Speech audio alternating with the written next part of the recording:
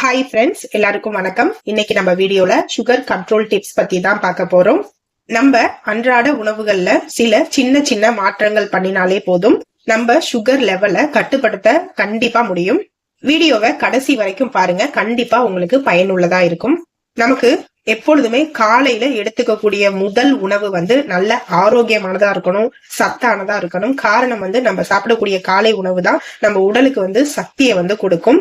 அப்படி நம்ம சாப்பிடக்கூடிய காலை உணவு ஒரு சத்தான உணவாதான் இருக்கணும். ஆனா நம்ம வெறும் வெள்ளை அரிசி, இட்லி, தோசை மட்டும்தான் சாப்பிடுறோம். இதை தவிர்த்துட்டு காலை உணவா நீங்க ராகி கூழ் எடுத்துக்கலாம், சாமை உப்புமா எடுத்துக்கலாம், கீரை அடை எடுத்துக்கலாம். இந்த மாதிரி நீங்க மில்லட் பேஸ்டு பிரேக்ஃபாஸ்ட் எடுத்துக்கிறதுனால அதுல இருக்கக்கூடிய நார்ச்சத்து நம்மளோட சுகரை மெதுவா உடலுக்கு கொடுக்கும். இதனால நம்மளுக்கு திடீர்னு சுகர் லெவல் ஹை ஆகிறதுக்கான சான்ஸ் நமக்கு குறையும். சோ காலை உணவை எப்பொழுதுமே நல்ல ஹெல்த்தியானதா எடுத்துக்காங்க. குறைஞ்சபட்சமா இட்லி எல்லாம் எப்பயாச்சும் ஒரு வாட்டி, தோசை எல்லாம் எப்பயாச்சும் ஒரு வாட்டி சாப்பிடுங்க.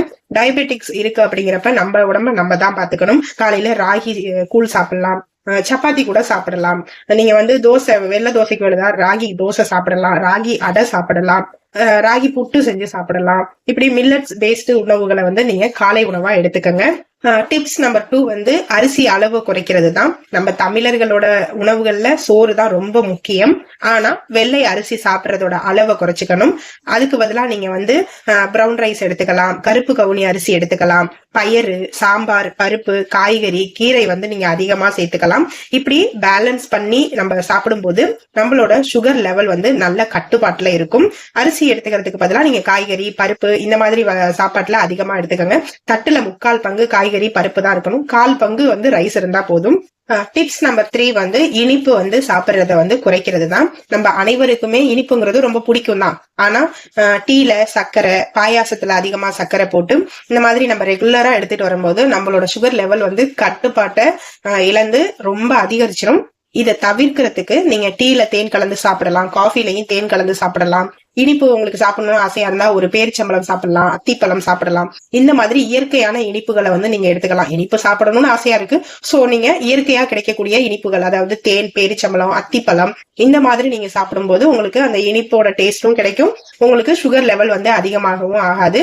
ஒயிட் சுகரை கண்டிப்பா நீங்க அவாய்ட் பண்ணிக்கணும். டீல, காஃபில, பாயசத்துல எல்லாம் நிறைய வெள்ளைச்சீனியை கொட்டி அந்த மாதிரி சாப்பிடறதுனால நம்ம சுகர் லெவலை கட்டுப்படுத்தவே முடியாது.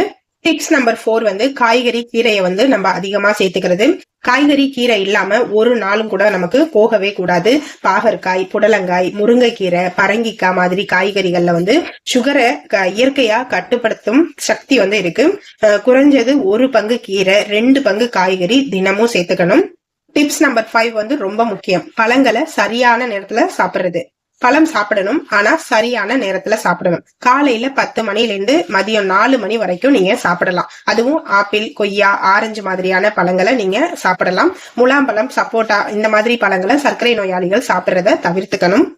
டிப்ஸ் நம்பர் 6 எண்ணெயில பொரிச்ச உணவுகளை தவிர்க்கிறது. வறுத்த உணவுகள், பச்சி, வடை, சிப்ஸ் எல்லாமே ருசியா தான் இருக்கும். ஆனா அதிக சுகர் பிரச்சனைக்கு இதுதான் முக்கிய காரணம்.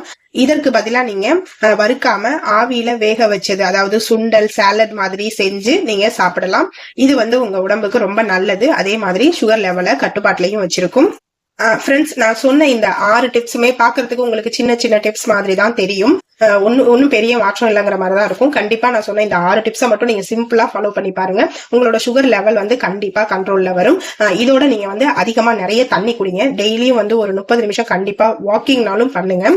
அதோட இந்த மா இலைய தண்ணியில கொதிக்க வச்சு குடிக்கிறது, கொய்யா இலை இருக்கு இல்லையா, அதை தண்ணியில கொதிக்க வச்சு குடிக்கிறது, நாவல் கொட்டை இருக்குல்ல, அதை நீங்க தண்ணியில கொதிக்க வச்சு குடிக்கலாம். இந்த மாதிரி துவர்ப்பு அதிகமா இருக்கக்கூடிய இலைகளை நீங்க தண்ணியில கொதிக்க வச்சு குடிக்கும் போது உங்களோட சுகர் லெவல் நல்லபடியா கண்ட்ரோலா வரும். ஆவாரம் பூ இருக்குல்ல, அதுவுமே நீங்க டீ போட்டு குடிக்கலாம். செம்பருத்தி பூ நீங்க டீ போட்டு குடிக்கலாம். அதே மாதிரி பிளாக் டீ, பிளாக் காஃபி எல்லாம் நீங்க சுகர் இல்லாம போட்டு டெய்லியும் குடிச்சு வந்தீங்கனாலே நம்ம நல்லா ஹெல்த்தியா இருக்க முடியும். சுகரை கண்ட்ரோலா வச்சுக்க முடியும். கண்டிப்பா நீங்க சுகர் உங்களுக்கு ரொம்ப ஹையா இருக்குன்னா வெள்ளை சுகரை தவிர்ச்சிடணும். அதே மாதிரி இந்த மைசூர் பாக்கு, ஸ்வீட்ஸ் சாப்பிடறதெல்லாம் முற்றிலுமா நீங்க தவிர்த்துருங்க. இட்லி, தோசை எல்லாம் சாப்பிட்டா 1-2 சாப்பிடுங்க. அதிகமா 5-10 அந்த மாதிரி சாப்பிடாதீங்க. இதெல்லாம் நீங்க கண்டிப்பா ஃபாலோ பண்ணா உங்களோட சுகர் லெவலை வந்து கட்டுப்பாட்டுல வச்சுக்க முடியும். உங்களுக்கு வந்து சுகர் அதிகமா இருக்கிறதுனால கிரேவிங்ஸ் அதிகமா இருக்கும், அதெல்லாம் சாப்பிடணும்னு தோணும். சோ நம்ம மனசை வந்து நம்ம தான் கண்ட்ரோலா வச்சிருந்து நம்மளோட டயட் பிளானை வந்து ஃபாலோ பண்ணாதான் நம்ம வந்து ஆரோக்கியமா ஆயுளோட நீண்ட நாள் வாழ முடியும். ஓகே ஃப்ரெண்ட்ஸ், நான் சொன்ன இந்த டிப்ஸ் எல்லாம் நீங்க கண்டிப்பா ஃபாலோ பண்ணுவீங்கன்னு நம்புறேன். நான் சொன்ன இந்த தகவல் எல்லாம் உங்களுக்கு பிடிச்சிருந்தா லைக் பண்ணுங்க, உங்க நண்பர்களுக்கு இந்த வீடியோவை ஷேர் பண்ணுங்க, நம்ம சேனலை மறக்காம சப்ஸ்கிரைப் பண்ணுங்க. அடுத்த வீடியோல சந்திக்கலாம். ஏதாச்சும் சந்தேகம் இருந்தாலும் கமெண்ட் பண்ணுங்க, நான் நெக்ஸ்ட் வீடியோல அதை பத்தி சொல்றேன்.